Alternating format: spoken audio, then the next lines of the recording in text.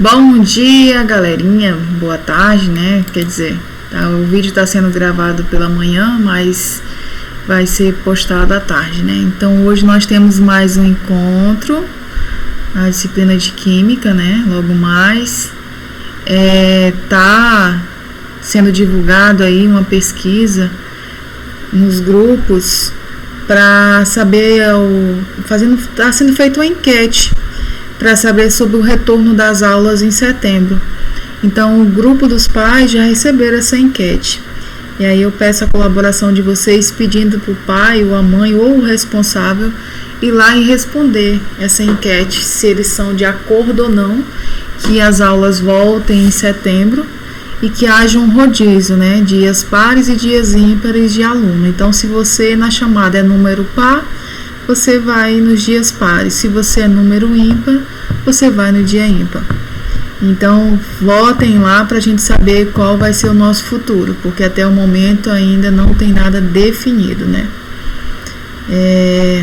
Pessoal, semana passada eu deixei um caça-palavras para vocês, né? Eu fiz esse caça-palavra baseado naquela teleaula que foi dado sobre os modelos atômicos. Então, naquela teleaula que foi transmitida na semana passada, ele trabalhou até o modelo de Bohr. Eu ainda estou trabalhando o modelo de Rutherford, né? Eu ainda não trabalhei o modelo de Bohr, mas baseada naquela teleaula, eu fiz o caça-palavra e hoje, no final do nosso vídeo, vou estar fazendo a correção daquele caça-palavra, tá?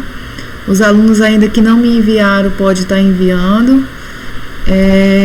Aqueles alunos que não estão tendo acesso à internet, se vocês sabem que algum coleguinha de forma nenhuma tem acesso à internet, a escola está disponibilizando material impresso, tá bom? Então vamos lá. Modelo atômico de Rutherford, né, que também ele é conhecido como modelo planetário, né, o modelo do sistema solar. O Rutherford, ele foi aluno do Thomson. Vocês lembram do Thomson, né? Então, o modelo atômico de Thomson, né, comparado com o pudim de passas, Rutherford foi aluno de Thomson. E aí, ele pegou os conceitos do modelo atômico de Dalton, reformulou os conceitos do modelo atômico de Thomson, né, e propôs um novo modelo atômico. Mas esse modelo atômico de Rutherford também foi baseado no conceito da radioatividade. Lembra que eu também tinha gravado 2 vídeos falando sobre a radioatividade, né? Então, Thomson, ele foi professor do Rutherford. Rutherford e Madame Curie, o casal Madame Curie e Pierre Alexandre, eles foram os pioneiros da radioatividade. Lembra que naquele vídeo lá eu falei que quando o núcleo de um átomo ele sofria uma fissão nuclear, uma ruptura, ele emitia as partículas alfa e beta e também emitia as ondas eletromagnéticas gama. A partícula alfa é positiva, a beta é negativa e a gama ela não tem nem carga positiva e nem carga negativa. Então, hoje o nosso modelo de Rutherford foi baseado nos conceitos da radioatividade, especificamente na partícula alfa, tá? Ele foi aluno de Thomson e, junto com Madame Curie e Pierre Alexandre, eles foram os pioneiros. Eles não são pai da radioatividade, mas eles foram os primeiros cientistas a estudar sobre a radioatividade. Então, vamos tentar entender e conhecer um pouquinho quem foi Rutherford. O modelo atômico de Rutherford, ele foi proposto no ano de 1911, tá? Como é que foi feito esse modelo atômico de Rutherford? É claro que não foi só Rutherford que fez esse modelo atômico. Ele pegou 2 alunos dele, né? Ele era um professor universitário, e aí esse experimento ele fez no laboratório, mas aí ele colocou como cobaia 2 alunos, né? Sempre tem que usar os alunos como cobaia. Então, o que ele fez? O que ele propôs? A Madame Curie, ela tinha descoberto o elemento polônio, né, que é um elemento semimetal, e ele é muito radioativo. Então, o que ele fez? Ele pegou uma caixinha de chumbo, colocou uma amostra de polônio dentro da caixa de chumbo, né, porque vocês sabem que o chumbo, ele impede um pouco essa radiação, né?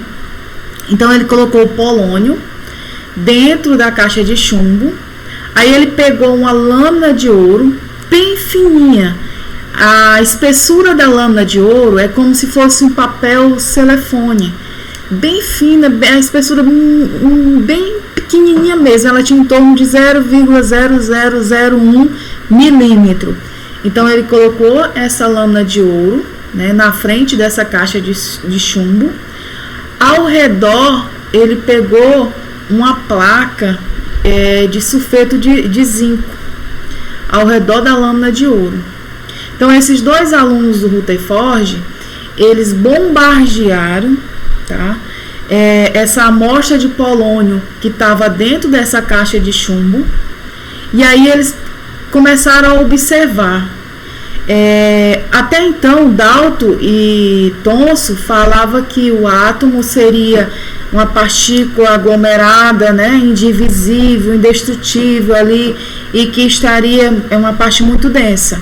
Então, se fosse partir desse princípio do conceito do modelo de Dalton e de Thomson, a partícula, quando a amostra de polônio foi bombardeada com a partícula alfa, que era uma partícula positiva, essas radiações, quando chegasse na lâmina de ouro, elas eram para parar, né, e sofrer desvio.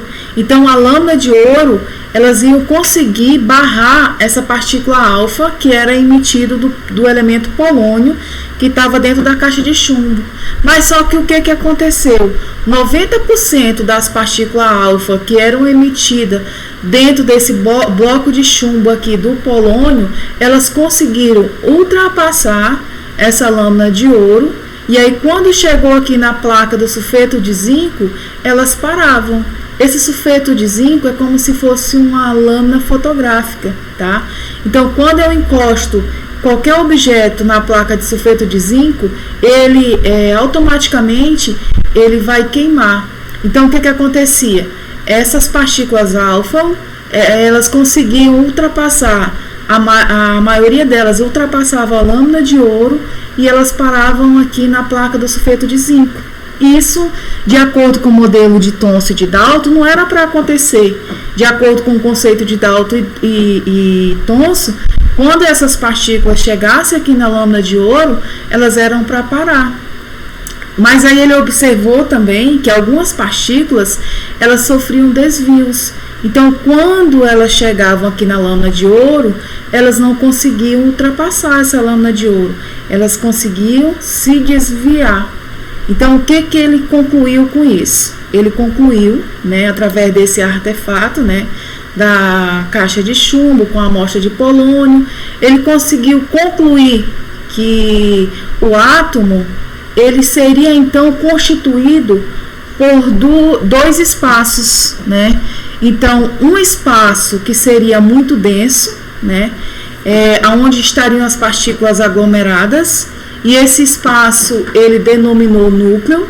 Então, o núcleo seria um espaço que estaria carregado positivamente. Por quê? Porque as partículas alfa, elas eram o quê? Positiva, né? E algumas dessas partículas alfa que conseguiam ser desviadas, ela sofria esses desvios devido ao espaço vazio que existia no núcleo do átomo. Então, o Rutherford concluiu que o átomo, ele teria uma esfera pequena, né, mas que muito densa, muito pesada. E para essa esfera densa e pesada, com bastante aglomerado, ele denominou de núcleo. E aí ele falou que o núcleo, ele estaria carregado positivamente, né? Então, o núcleo seria a esfera, seria a região aonde eu ia encontrar os prótons, porque já que o núcleo é positivo, lá eu encontro os prótons. E aí também ele observou que devido a esse desvio das partículas, algumas desviavam em várias direções, que esse desvio acontecia porque no interior da composição química do núcleo atômico existem espaços vazios. E aí a esses espaços vazios ele denominou de eletrosfera. Então a eletrosfera seria a segunda região que estaria ao redor do núcleo e é a região onde eu poderia encontrar os elétrons. Então a eletrosfera ela estaria carregada negativamente, ou seja, na eletrosfera eu consigo encontrar os elétrons que possuem cargas negativas. Então aí o Rutherford propôs seu novo modelo atômico, né? E aí com isso o modelo atômico de Rutherford ficou comparado com o sistema planetário. Por que sistema planetário? Porque de acordo com os estudos de Rutherford, o átomo teria um núcleo. Esse núcleo ele estaria carregado positivamente e ele seria um conjunto de aglomerados, né, onde a parte mais pesada do átomo seria o núcleo. E já que o núcleo ele estaria carregado positivamente, esse desvio que dava das partículas estava relacionado a outra carga, que seria os elétrons, né? Já que Thomson tinha descoberto os elétrons. Então, a partir do momento em que Rutherford propôs o seu novo modelo atômico, ficou definido para a ciência que o átomo seria constituído por duas regiões, uma chamada núcleo, aonde estariam localizados os prótons e os nêutrons, né? Onde os prótons possuem carga positiva e os nêutrons não têm carga nem negativa e nem positiva, né? Eles não têm cargas nenhuma.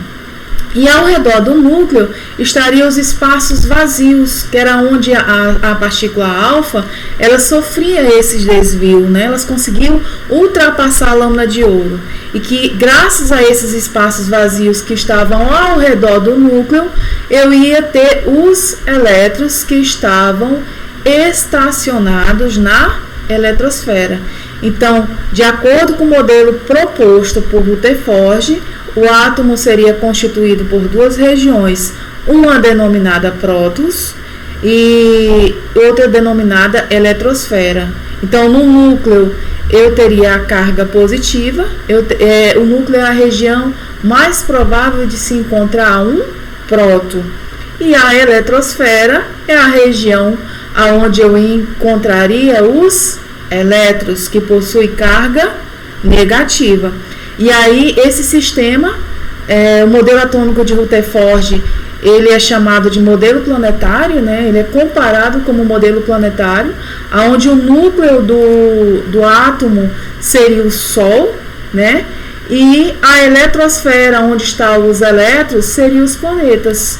Então, comparando ao sistema planetário, eu teria o Sol e os planetas. Mas voltando ao modelo de Rutherford, o átomo seria constituído por um núcleo, carregado pela partícula positiva, que eram os prótons, e ao redor do núcleo eu teria uma segunda região, que seria a eletrosfera, carregada negativamente. Ok? Pessoal, o modelo de Rutherford é bem simples, bem bacana, né? Acho que dá para vocês compreender. E agora eu vou fazer a correção daquele caça-palavras. Aqui mais ou menos seria como é que ficaria, né, a resolução desse caça-palavra. Vamos lá. Eu deixei para vocês 7 perguntas, né? O caça-palavra ele era constituído de 7 perguntas na horizontal e 10 perguntas na vertical. Ao total, vocês teriam 17 lacunas para ser preenchidas, né?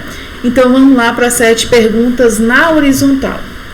Na horizontal, eu teria a primeira pergunta assim: região do átomo onde se localizam os elétrons. Eu acabei de falar, né, gente? Segundo Rutherford, qual é a região do átomo onde está localizados os elétrons? Eletrosfera, né? Então, aí na primeira lacuna Na horizontal, vocês iriam preencher como sendo a palavra eletrosfera. A segunda lacuna na horizontal: campo produzido por cargas elétricas em movimento. E no sistema de unidade de medida, Tesla, qual o nome desse campo que possui essas cargas elétricas em movimentos? Né? E seria o campo magnético. Então, a segunda lacuna seria preenchida com a palavra magnético. Terceira pergunta na horizontal aí, terceira lacuna. Físico inglês, que propôs o átomo, 1856 a 1940, de grande destaque por suas pesquisas em torno da estrutura da corrente elétrica. Então, até então, Dalton tinha falado que o átomo ele só era indivisível e indestrutível, né? Ninguém tinha falado que a matéria tinha carga elétrica, né? Ninguém tinha falado da relação de íons, de cátions. Quem foi esse cientista? Provou que o átomo contém partículas com cargas elétricas negativas. Quem foi que descobriu o elétron? Quem falou que o átomo teria essa carga elétrica negativa? Thomson, né, gente? A quarta lacuna: nome dado ao átomo com o mesmo número de prótons e diferente número de massa.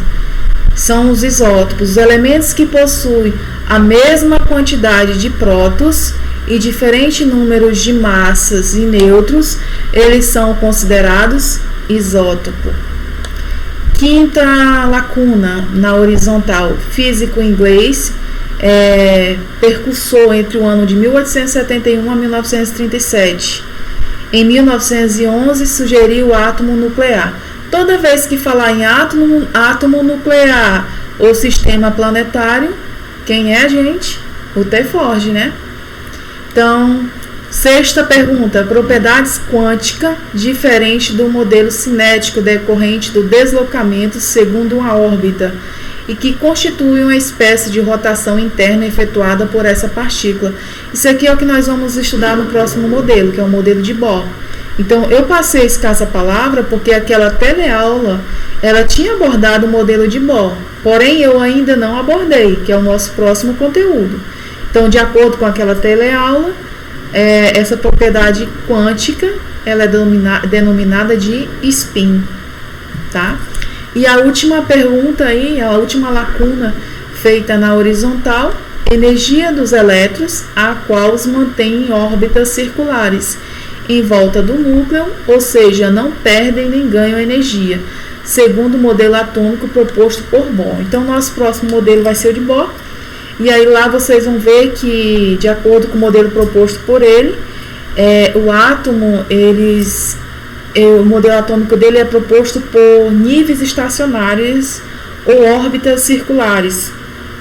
E que quando o elétron ele salta de uma órbita para outra, depende muito da quantidade de energia que ele recebe. Então, essa quantidade de energia ela é quantizada, tá? Então, na verdade, ele utiliza a palavra excitada. Quando ele fala que quando um elétron está excitado, ele salta de uma órbita para outra. E essa quantidade de energia, ela é quantizada. Então, gente, na horizontal seria essas palavras, né? Eletrosfera, magnético, Thomson, isótopo, Rutherford, spin e quantizada. Então, preenchendo na vertical vocês vão ter 10 perguntas, né? Primeira pergunta da vertical é: região do espaço onde é máxima a probabilidade de se encontrar um determinado elétron. Seria o quê? A orbital. O orbital seria a região mais propícia de um espaço onde eu teria a maior probabilidade de encontrar o elétron. Aqui eu já estou me referindo ao modelo de Bohr, tá? Que é o próximo modelo que nós vamos estudar. Segunda pergunta: menor unidade do elemento químico. Átomo. Essa seria a menor unidade de um elemento químico, seria o átomo. Terceira: segundo Thomson, são radiações nas quais os elétrons emergem do polo negativo de um eletrodo chamado cátodo e se propagam na forma de um feixe de partículas negativas ou feixes de elétrons acelerados. O dispositivo destinado para a produção dessa radiação chama-se tubo de Crookes. O que seriam essas radiações, esses elétrons? Por que os elétrons eles emigravam do polo negativo no sentido do polo positivo? O que seriam? Seriam os raios catódicos, né? Quarta pergunta. Nome denominado a 7 camadas eletrônicas, onde nessas os elétrons possuem uma quantidade fixa de energia. É o que eu falei para vocês. O modelo atômico que vai falar de camadas eletrônicas é o modelo de Bohr. Então, Bohr, ele falou que o átomo seria constituído por um núcleo e que ao redor desse núcleo teria 7 camadas. E aí ele denominou essas camadas com níveis de energia. Então, cada camada tem uma quantidade específica de energia. Quais são as camadas? K, L, M, N, O, P, Q, né? Então, cada camada eu tenho uma capacidade máxima de armazenamento de elétrons. Na camada K, eu posso colocar 2 elétrons. Camada L, 8. Na camada M, 18. N, 32. O, 32. K, L, M, N, O. Aí P, 32. Aí Q, eu posso colocar 8. Tá? Átomos de diferentes números de prótons e diferentes números de massa, porém com mesmo número de nêutrons. Quem são esses átomos? São os isótomos. Os isótomos, eles possuem a mesma quantidade de nêutrons, mas diferentes números de massa e diferentes números de prótons, tá? E um positivo existente numa solução e que migra em direção ao eletrodo de carga negativa, quando a corrente é passada através da solução. É o oposto do ânion. Gente, eu só tenho 2 tipos de íon. Eu tenho o ânion e tenho o cátio. Então, esse íon, se ele é o oposto do ânion, quem é o oposto do ânion? É o cátio, né? Partícula carregada negativamente. Qual é a partícula que tem carga negativa, gente? Existente nas soluções líquidas, cognominada por Michael Faraday, para explicar a condutibilidade elétrica nas soluções. Quem é essa partícula negativa? O ânion, não é isso? Oitava lacuna, são átomos de diferentes números de prótons, mas possuem o mesmo número de massa. Quem são os elementos que possuem a mesma quantidade de massa? São os átomos denominados isóbaro, tá? Nona lacuna, após os trabalhos de Rutherford com as dispersões de partículas alfa, quando ele bombardeou as partículas alfa dentro do bloco de chumbo, onde tinha polônio, passou a ser considerado muito pequeno em relação às dimensões atômicas e concentra as cargas positivas, constitui-se de prótons e nêutrons. Quem são, após esse modelo de Rutherford, o que ele concluiu? Que seriam os núcleos, né? Onde ele estaria carregado positivamente e eu teria a presença dos prótons e dos nêutrons. 10ª lacuna, qualquer átomo ou agrupamento atômico que apresentar desequilíbrio de cargas elétricas é a unidade estrutural dos cristais dos sais. Quem são esses? Os íons, tá? Então, pessoal, um grande abraço a todos, tá? Até a próxima semana. Próxima semana vou estar divulgando para vocês um vídeo sobre o modelo atômico de Bohr, tá?